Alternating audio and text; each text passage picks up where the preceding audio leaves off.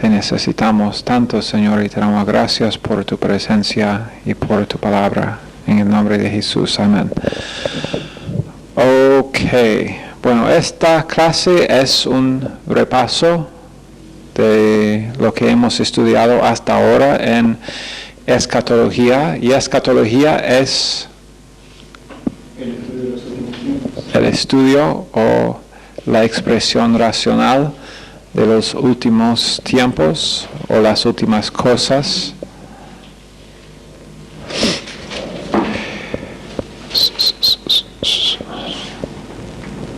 Recomiendo el libro por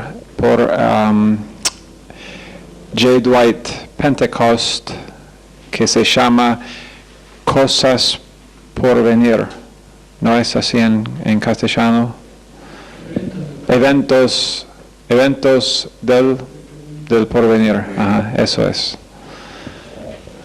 Eventos del porvenir por J. Dwight Pentecost. Si en algún tiempo en el futuro los precios bajan un poquito para los libros, sería...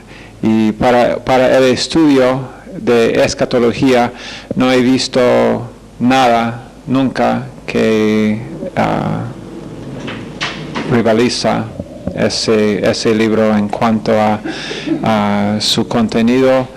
Su explicación es muy buena, y ese es el libro. Pero el libro que ustedes tienen, lo de Ryrie sobre este asunto, es bastante bueno y bastante fundamental el punto de vista, y la verdad es que señor Ryrie nos da algún entendimiento más en cuanto al resurgimiento de postmilenialismo, porque el libro de Pentecost fue escrito en 1950 y pico. Entonces, por él, en el libro de él habla acerca de casi no hay postmilenialistas, sino amilenialistas, pero después, en los últimos 40 años, muchas cosas han cambiado, 50 años, y ha surgido, como hemos dicho, el postmilenialismo otra vez. Y no olviden para el examen que es muy importante saber los tres conceptos básicos para el estudio de los últimos tiempos. ¿Cuáles son esos tres conceptos básicos para estudiar los eventos de los últimos tiempos? ¿Cómo? Ese es uno. Premilenialismo. Esos tres son los tres conceptos básicos para estudiar escatología: premilenialismo, postmilenialismo y amilenialismo. ¿Qué son algunas de las cosas que tienen en común los amilenialistas con los postmilenialistas? ¿Qué son algunas de las cosas que esos dos grupos tienen en común? Ok, el método de interpretación, ¿cuál es? Ok, el método alegórico. ¿Qué más tienen en común?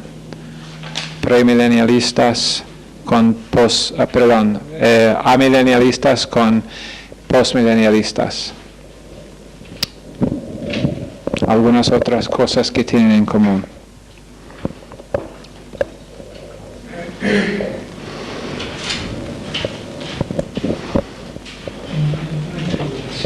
Ok, no hay los dos.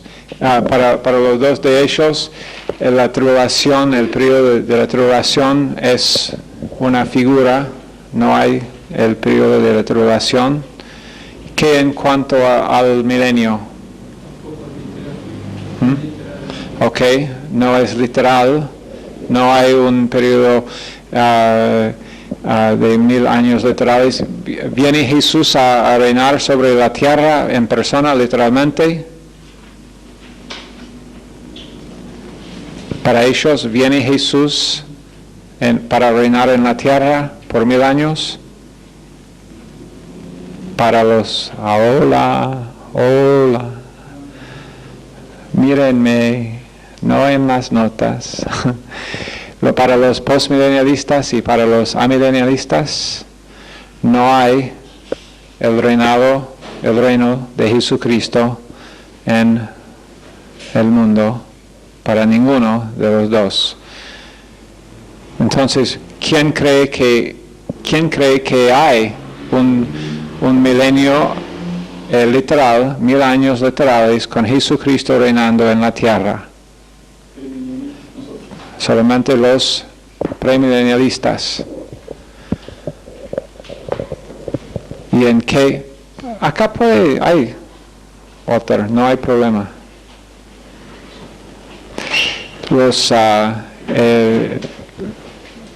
¿Qué es que entonces? Porque los premilenialistas llegaron a la conclusión de que hay un reino literal de 1000 años. Y los postmilenialistas y los amilenialistas llegan a la conclusión de que no hay. ¿Por qué? Por su manera de interpretar. Entonces, la manera de interpretar, si vas a interpretar la profecía alegóricamente, vas a llegar a una de las dos conclusiones, o amilenialismo o... ¿Están pensando conmigo ahora esta noche o solamente escribiendo y la mente en neutral? ¿Ah? Vamos. Si tú has decidido que vas a interpretar la profecía de manera alegórica, vas a llegar a ser o un amilenialista o un postmilenialista. Ok.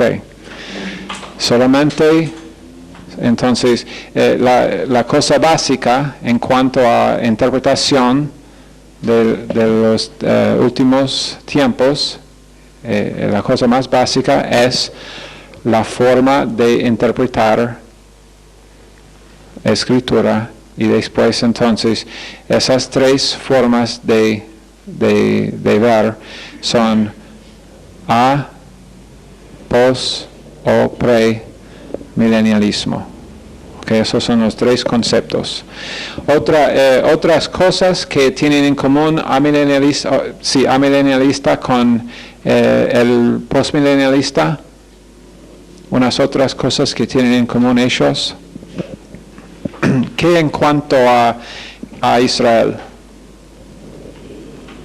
¿Qué en cuanto a Israel? Para el público, para la iglesia. Exacto. Las promesas que Dios dio a Israel, ahora la iglesia está cumpliendo esas promesas, según amilenialismo y postmilenialismo.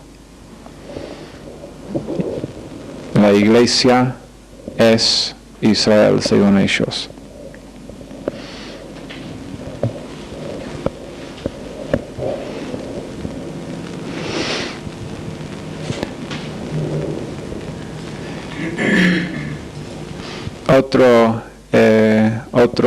Otra cosa en común es que Jesucristo, los dos creen que Jesucristo vuelve, pero creen que Jesucristo vuelve. Bueno, nosotros los premilenialistas creemos que Jesucristo vuelve ¿cuándo? En la segunda venida, pero ¿cuándo? En cuanto al milenio, premilenialismo, antes, premilenio. Es bastante fácil, ¿no? Premilenialismo antes del milenio. Los postmilenialistas creen que Jesucristo vuelve después del milenio.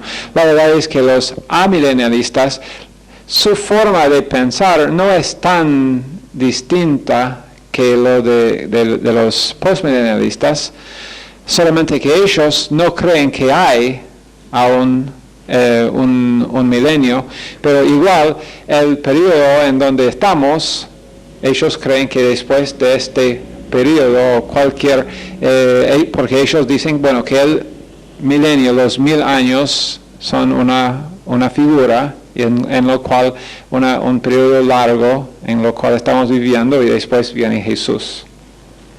Entonces ellos piensan que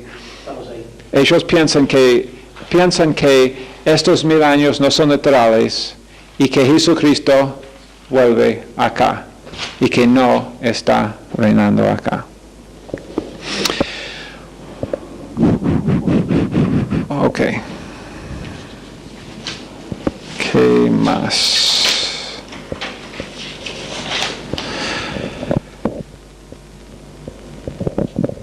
Entonces, milenialismo, ¿cuál es una definición de milenialismo? ¿Qué es milenialismo?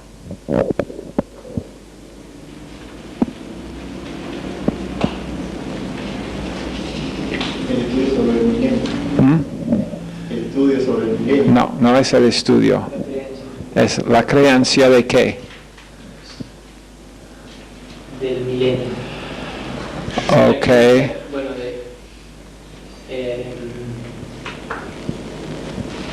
sí, sobre el milenio, digamos. Sí. Ok, pero milenialismo es la creencia de que hay un periodo literal de 1000 años con Jesucristo reinando en la tierra. Esto es milenialismo.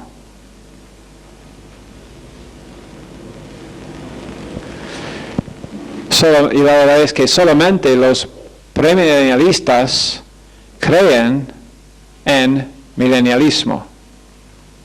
¿Entienden? Piensen conmigo, milenialismo es la creencia de que hay literalmente un periodo de 1000 años con Jesucristo mismo reinando. Premilenialismo significa que Jesucristo vuelve pre ese milenio. ¿Ok? Pero milenialismo simplemente es la creencia de un periodo literal de 1000 años con Jesucristo reinando.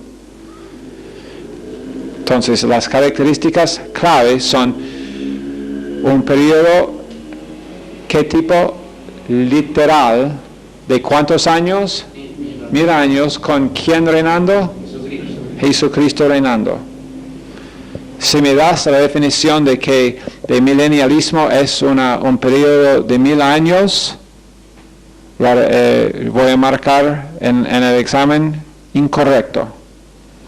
Milenialismo no es solamente 1000 años. Milenialismo es la creencia de que por un periodo literal de 1000 años, Jesucristo está reinando en la tierra. Si tú pones solamente, bueno, milenialismo significa 1000 años, un periodo de 1000 años. Bueno, los amilenialistas y los postmilenialistas creen en periodos literales de 1000 años. Los últimos, entre 1000 y 2000 eran 1000 años. Ese era un milenio. Pero estamos hablando de la creencia de que por un periodo de literalmente 1000 años Jesucristo reina sobre la tierra. ¿Ok? También no sé si notaron en el libro de Ryrie, del señor Ryrie, él refiere también a otra palabra, como es quiliasmo, Q-U-I-L-I-A-S-M-O,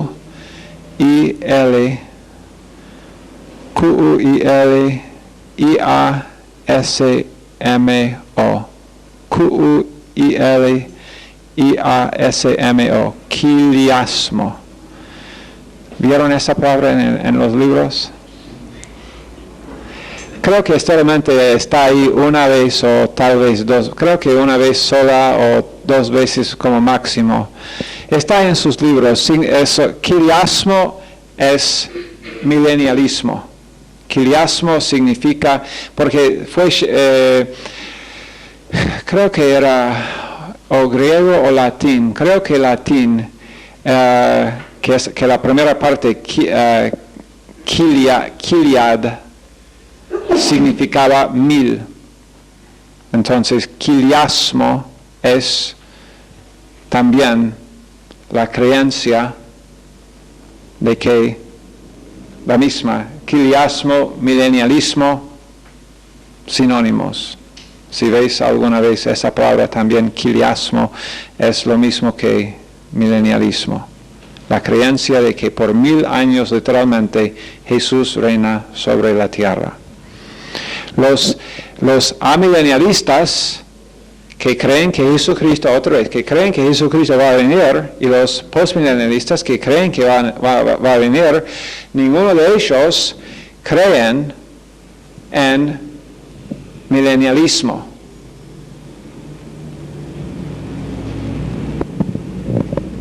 Okay. No creen en milenialismo, porque milenialismo es la creencia de que por literalmente 1000 años Jesucristo estará reinando en la tierra. Y los postmilenialistas, aunque los amilenialistas no creen que hay literalmente un milenio, los postmilenialistas sí dicen que hay, pero dicen que Jesucristo no está reinando en este periodo. Entonces, quiliasmo o milenialismo solamente creen los premilenialistas. Y otra vez, la razón para esto es simplemente la forma de interpretar profecía. Y hemos demostrado realmente cuán ridículo es decidir como básicamente, interpretar básicamente toda profecía de forma alegórica. Porque como el señor Ryrie mencionó que la pregunta al señor Alice fue, bueno, ¿cómo saber en una ocasión si debes interpretar alegóricamente o literalmente? Y su respuesta es, bueno, cualquier método que te da la verdad, la interpretación correcta, ese es el método de seguir. Y subjetividad tal vez, un poquito de subjetividad allá. Ya. Ok. Después también deben saber los 8 pactos que mencionamos. Los 8 pactos. ¿Quién podría nombrarme ahora los 8 pactos en su orden?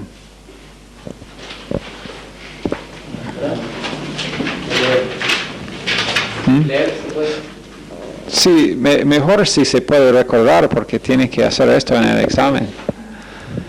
Algunos de ellos. Inocencia y conciencia. No, estas no son pactos. Estas son, lo que vos mencionaste, son dispensaciones. Vamos a llegar a las dispensaciones. Pone pause en Martín Rodríguez por un minuto. No. Ok. Después vamos a ir a Martín Rodríguez para las dispensaciones, pero primero los pactos, unos de los. Martín. Pacto edénico. Ok, el pacto edénico. ¿Qué fue el pacto edénico? Condicional. ¿Qué fue? Ajá. Es la obediencia del hombre. Obediencia del hombre. Ok. El pacto edénico, el pacto después. No lean. El pacto adámico, el pacto, no sé por qué no es adánico. Si usted dice, nosotros en inglés es Adam con M, y para ustedes es Adán con N, pero el pacto no es, para ustedes, yo no inventé eso, el pacto en castellano no es adánico, sino adámico. Creo que ustedes robaron alguna de la palabra nuestra. Se dieron cuenta finalmente que era Adam y no Adán. El pasto. El pasto. Ahora el pasto después, ¿qué es? Noénico. No, y la verdad es que tampoco dijo noéico, sino el pacto con Noé. Después del pacto con Noé, el pacto, ¿cómo? Abrahámico. Después el pacto mosaico, el pacto palestino, el pacto davídico. ¿Qué era el pacto palestino? ¿Qué era eso? ¿Qué es un pacto? Una promesa, un acuerdo que Dios hace con el hombre. ¿Ok? ¿Qué fue el pacto palestino? Que iba a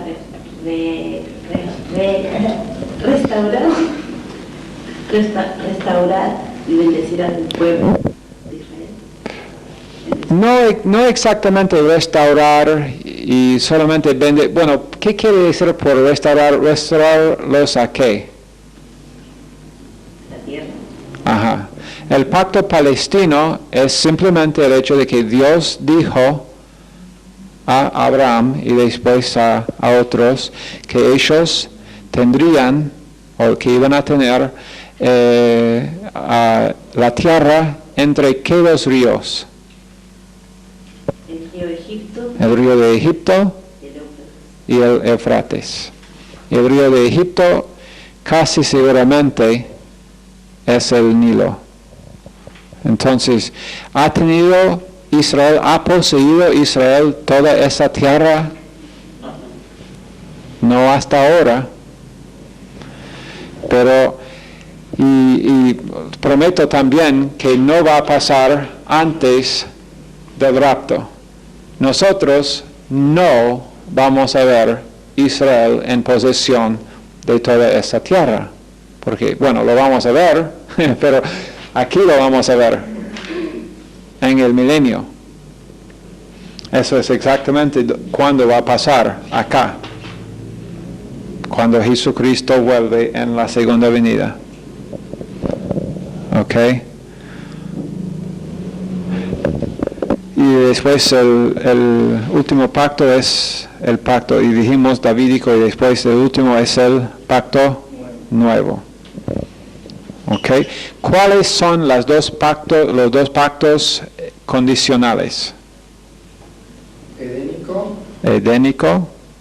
Y los hombres, el pacto edénico era que si el hombre obedeciera, dominaría la tierra y tendría una relación perfecta con Dios y nunca habría muerte ni nada. ¿Obedecieron? Ok, pacto condicional, hombre fracasó. Chao, pacto edénico. El otro pacto edénico, mosaico. El pacto mosaico, obedecer perfectamente toda la ley. ¿Pudo hacerlo el hombre? No. ¿Sabía eso Dios? ¿Que el hombre no pudo hacerlo? Entonces, el hombre de nuevo fracasó. En cualquier pacto condicional tiene que terminar ese pacto en fracaso, por causa del hecho que habíamos estudiado antes en cuanto al hombre. ¿Qué es la doctrina que habíamos estudiado antes en cuanto al hombre? Depravación. La doctrina de depravación. El hombre está en una condición totalmente depravada y por eso, absolutamente, si hay un pacto condicional, no se va a cumplir. Es imposible finalmente que el hombre cumpla, porque el hombre es depravado. No hay Dios dice que nada dentro del hombre es bueno. En Isaías 64:6, aún nuestras buenas obras son trapo de inmundicia. Entonces, esos dos pactos, edénico y mosaico, son condicionales. Los otros 8 son incondicionales.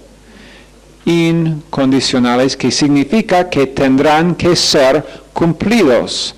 Y literalmente, y eso es otra cosa que en lo cual nosotros diferenciamos de los postmilenialistas y los amilenialistas, porque ellos creen que esos pactos están siendo cumplidos, o han sido cumplidos, o están siendo cumplidos figurativamente, y por la iglesia en muchos casos. Y algunos de ellos piensan, hay un nuevo movimiento que el señor Ryrie explicó también, que es un movimiento postmilenialista que dice que en el cielo, los creyentes en el cielo están cumpliendo esos pactos.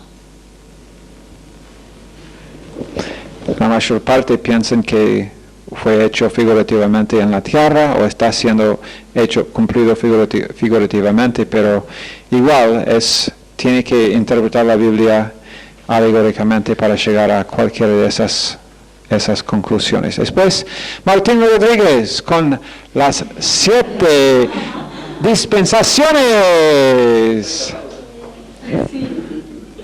1, inocencia, conciencia, gobierno humano, promesa,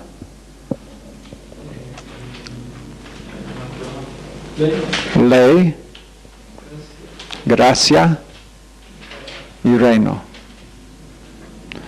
¿En qué dispensación estamos nosotros? Gracia. La última es el reino. Reino, el reino. Okay. Esta es la dispensación del reino será durante el milenio. Estas cosas, la razón por la cual menciono los pactos y las dispensaciones ahora durante esta discusión sobre escatología es porque solamente premilenialistas ven estas, o realmente como interpretando literalmente la Biblia, tiene que ver dispensaciones así como nosotros las vemos. Uno que dice, bueno, eso es esa de las dispensaciones y todo esto es solamente una figura de las cosas. Hay que interpretar otra vez figurativamente para no entender dispensaciones como Dios los ha puesto. ¿Qué dijimos que era el propósito de tener varias dispensaciones? Que el hombre se diera cuenta de que necesita Dios. ¿Cómo termina cada dispensación? Fracaso humano bajo circunstancias distintas, ¿verdad? Circunstancias distintas, pero termina con fracaso humano. La primera dispensación, inocencia. ¿Tenían Adán y Eva naturaleza de pecado? ¿Cómo? No tenían naturaleza de pecado. En ninguna forma tenían naturaleza de pecado. Eran creados perfectos. Sí, ¿no sería bueno no tener naturaleza de pecado? Pero aún así, aún sin esa naturaleza de pecado, ellos se cayeron y fracasaron. En el milenio, ¿tendrán naturaleza de pecado ellos? Sí, tendrán la naturaleza de pecado, pero ¿qué es lo que no tendrán? Satanás. Tendrán la naturaleza, pero no tendrán Satanás. ¿Funcionará? No. No. El ser humano igual, acá, muchos, cuando Satanás está librado, muchos de ellos rebelan contra Jesucristo, sí. En el periodo de la gracia, o sea, en la dispensación de la gracia, Sí. en la iglesia, yo puse que termina en el rapto o arrebatamiento, pero... No, generalmente, actualmente, incluimos el periodo de la tribulación y por eso es mejor entender esta dispensación como la dispensación de la gracia y no de la iglesia. Si habríamos que decir dispensación de la iglesia, tendría que ser solamente desde Pentecostés hasta acá. Y esto tendría que ser otra dispensación. Pero igual acá, la verdad es que Dios no está tratando distintamente. Ellos, la razón por que esto no es una dispensación distinta, es porque Dios no está tratando con el ser humano según ninguna otras condiciones. Ellos tienen, por ejemplo, tienen la naturaleza de pecado y tienen Satanás presente. Acá no tienen Satanás, pero siguen teniendo. Entonces acá se rompe la dispensación en la segunda venida. Parousia. ¿Qué significa parousia? Segunda venida. Ok, pero más allá que segunda venida, ¿qué fue la idea de parousia? Estar en la presencia de Dios. Estar en la presencia de. Estar en la presencia de. La primera venida, ¿cuál era la palabra griega para la primera venida de Jesús? Epifanía. ¿Y qué significaba epifanía, Zulma? Brillar, como el sol cuando justamente está levantándose a la mañana, está saliendo el sol y ve ese rayo de luz. Esa es la idea de epifanía, la primera venida de Jesucristo. Y también la idea no es solamente que Jesús vino como un rayo de luz, sino que Él brilla con la luz de Dios Padre, y Él revela la luz de Dios Padre a nosotros. Cuando, ¿quién era? Felipe dijo a Jesús, muéstranos el Padre y no será suficiente. Y Jesús dijo, ¿cuánto tiempo he estado con ustedes? Y me dicen, muéstrame el Padre, me has visto a mí, has visto el Padre. Porque Él brilla más bien, ¿saben la palabra exégesis? ¿Qué es? Cuando nosotros decimos exégesis, ¿estamos refiriendo a qué? El significado. Buscar dentro de las palabras, usando el griego o el hebreo para determinar y usando el contexto, pero más bien buscando en el griego el significado de las palabras para sacar fuera y explicar el significado del verso. Esa es exégesis. Pero Jesús, ¿cuál era el verbo, Michelle, de exégesis? ¿Hay un verbo? No. Bueno, es como Jesús hizo una exégesis de Dios Padre. Y bueno, pero eso es Epifanía, la primera venida. La segunda venida es parousia. Ok. En la Epifanía, acá algunas iglesias celebran el 6 de enero, ¿no? Sí, de enero. El 6 día de enero. Sí. ¿Mm? ¿Toda Argentina? ¿Otros países acá también en Latinoamérica? Sí, no como acá es popular. Ujú. Bueno, ahora no sé. El 6 de enero es, la tradición no es mala, porque es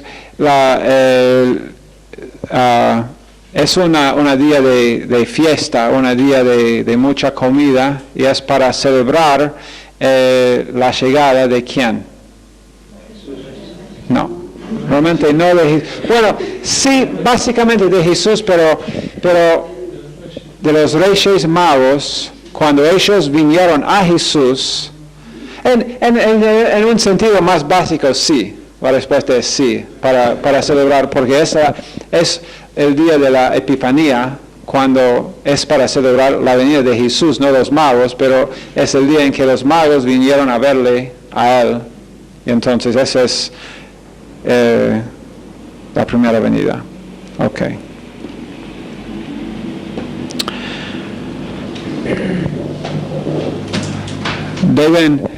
Deben saber todo lo que está escrito acá. Deben saber que el rapto, aunque la verdad es que algunas de las cosas que están acá verán en el examen final y algunos acá en el examen mañana, pero no te va a hacer daño conocerlos todos ahora. Después, bueno, nosotros estamos acá en la dispensación de gracia y en el tiempo de la iglesia, pero después sucede el rapto, nosotros vamos arriba, Sishabema, bodas del Cordero. Después comienza los 7 años de la tribulación. Una de las primeras cosas que marca la tribulación es que el anticristo hace su pacto con Israel. Es un engaño. Él engaña a Israel y a todo el mundo. Y pueden ver y aún ahora, con todo lo que está pasando en el Medio Oeste, que, bueno, si alguien podría ahora solucionar todos los problemas que hay allá, ¡wow! ¡Wow! Y cuando alguien finalmente lo hace, su nombre será el anticristo. Eso no será, él no va... Bueno, comienzan los 7 años. Yo soy el anticristo. Si suma los números correspondientes a las letras de mi nombre, llegan a 666. Henry Kissinger, ¿han oído eso? ¿No conocen esa historia de Henry Kissinger? Si suma en una forma los números, si ubica el número para cada letra en su nombre, 1 a 26, 26 letras en inglés, comenzando A es 1, B 2 y, bueno, Henry Kissinger, si suma todas las letras, no me acuerdo exactamente si tiene que usar también su nombre, su segundo nombre o no, pero llegaron a la conclusión que sumando los números, eso pasó hace como 30 años, que Henry Kissinger 666 es el anticristo. Me sorprende que ustedes nunca habían escuchado esto. Tal vez Alguien acá lo hizo, pero con otro nombre, Menem o... Ese es el problema con Menem, no tiene suficientes letras en su nombre. ¿Cómo va a llegar a 666? Bueno, ¿qué iba a decir? Bueno, pero acá es cuando él hace su pacto con Israel. Después, durante los primeros 3 años y medio, tenemos los 2 testigos, a quienes no conocemos sus nombres, y los 144,000 judíos. Puede ser que los testigos de Jehová,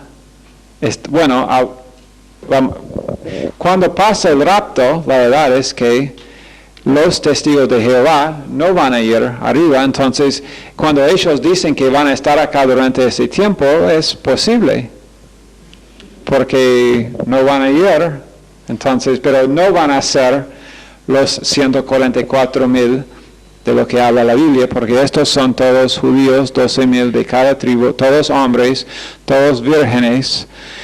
Y bueno, pero ¿cómo saber, cómo puede hacerlo Dios exactamente 12,000 de cada tribu? La respuesta es bastante simple, Él es Dios. Porque los judíos, el argumento que algunos usan es que, bueno, los judíos mismos no saben de qué tribu son, en algunos casos, en muchos casos. Pero Dios es Dios. Dios sabe de qué tribu cada uno es todavía. No entiendo por nada ese argumento. Ese argumento está hecho por hombres que supuestamente creen en la Biblia.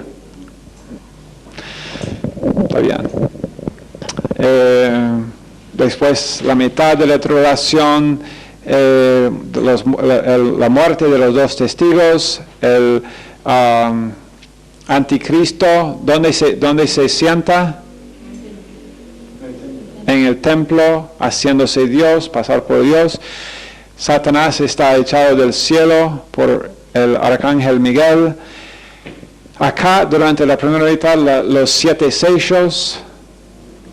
Después de la muerte de los testigos, 3 días y medio después, ellos se resucitan, también mueren los 144,000. En este periodo no hay un testigo, no hay los 2 testigos, no hay los 144,000. No digo que es imposible que una persona se salve, no podemos decir que es imposible, pero será muy, aparentemente, en la palabra de Dios, aparentemente muy difícil que una persona se salve durante este tiempo. Los juicios de las trompetas y de las copas son re difíciles. Puede ser que también las personas quienes después de ver la muerte de los testigos y después también de ver su resucitación, su resurrección, si no creen ahora, sus corazones han vuelto tan duros que no van a creer acá de ninguna forma. Van a pedir morir durante este tiempo, pero no van a poder morir. Eso es interesante. Van a querer morir, pero Dios no va a permitir que mueran. Después la segunda venida, la resurrección de los santos del Antiguo Testamento y de este periodo los que han muerto acá y los santos del Antiguo Testamento hasta Pentecostés, sus cuerpos resucitan.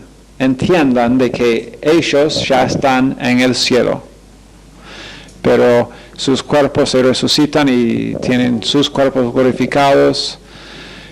Después, bueno, primero para comenzar, con Jesucristo, bueno, acá la batalla de Armagedón, Jesucristo derrama mucha sangre ahí, Él solo. Después, juicio de Israel, juicio de las naciones. la bestia y el falso profeta que estaban funcionando acá están echados al lago de fuego. Satanás está atado y echado en el abismo, no el lago de fuego para Satanás, sino el abismo. 1000 años, Jesucristo reinando sobre la tierra,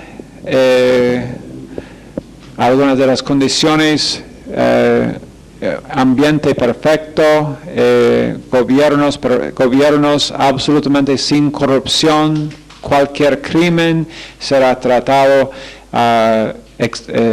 perfectamente, con perfecta justicia de Dios.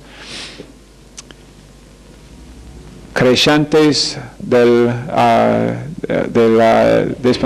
la iglesia reinando con Jesucristo durante este tiempo.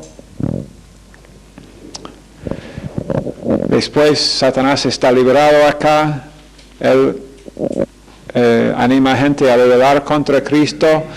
Y después Satanás está, Jesucristo, esta batalla es muy corta. Dios simplemente echa a Satanás en el lago de fuego y el resto que en un momento están rebelando y intentando aparentemente echar a Cristo del trono, en el segundo momento se encuentran enfrente de un gran trono blanco con todos los otros que habían muerto antes. Y después de esto, de todo está echado en el lago de fuego para siempre, y nosotros lo vemos. Dios enjuaga las lágrimas de nuestros ojos y crea nuevo cielo y nueva tierra. ¿Qué más? El próximo evento en el calendario profético es... ¿Cómo? El rapto, el próximo, de donde estamos nosotros, no acá, el próximo de donde estamos nosotros, evento, es el rapto.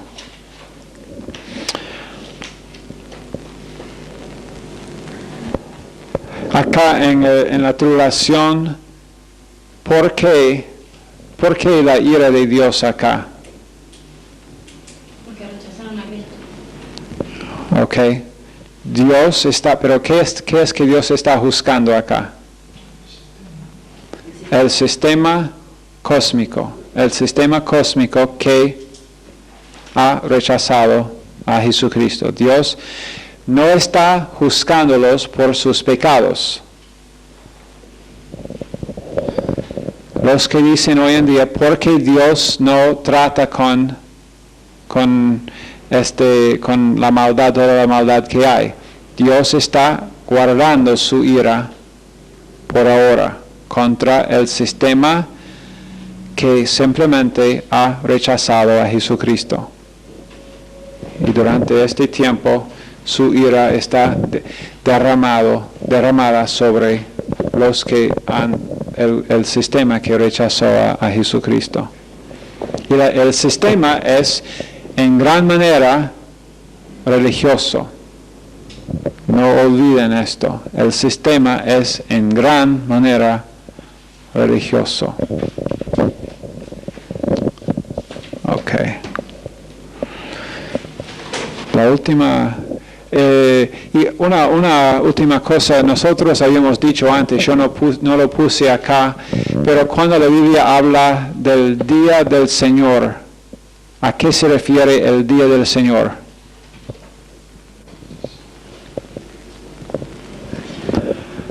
Todo lo que tengo acá, hasta acá.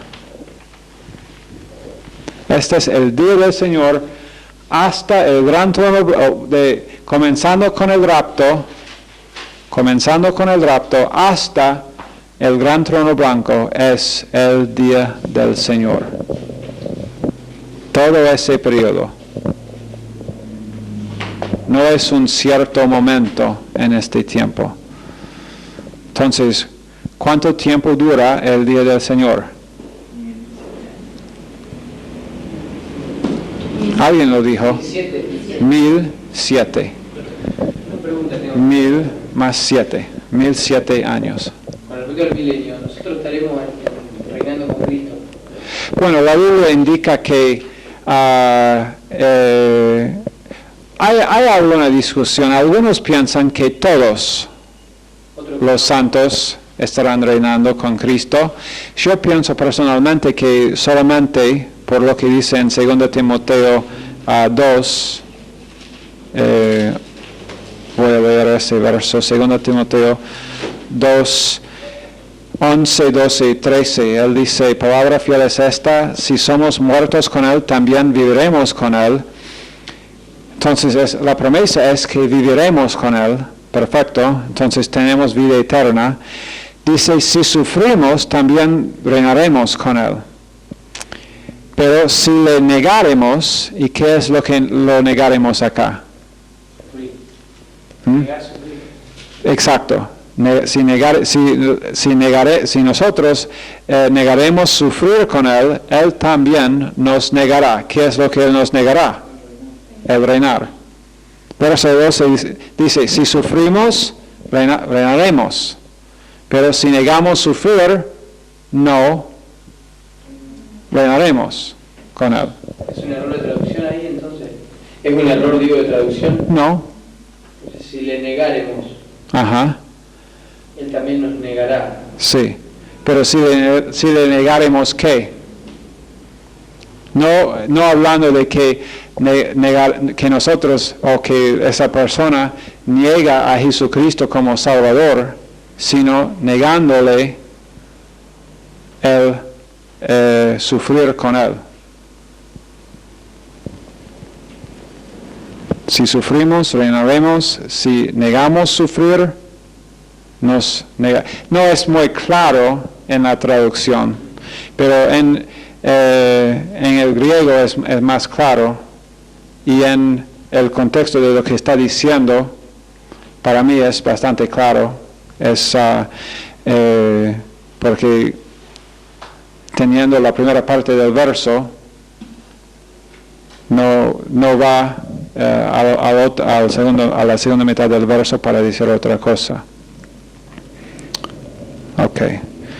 Bueno, yo iba a tener un tiempo para preguntas, pero falta tiempo. Y no quiero que los de Granburg tengan menos que ustedes acá en cuanto a este examen. Pero la verdad es que si prestaron bien atención ahora en esta clase, mañana tendrán un examencito muy fácil. Señor, bendice cada uno en el nombre de Jesús. Amén.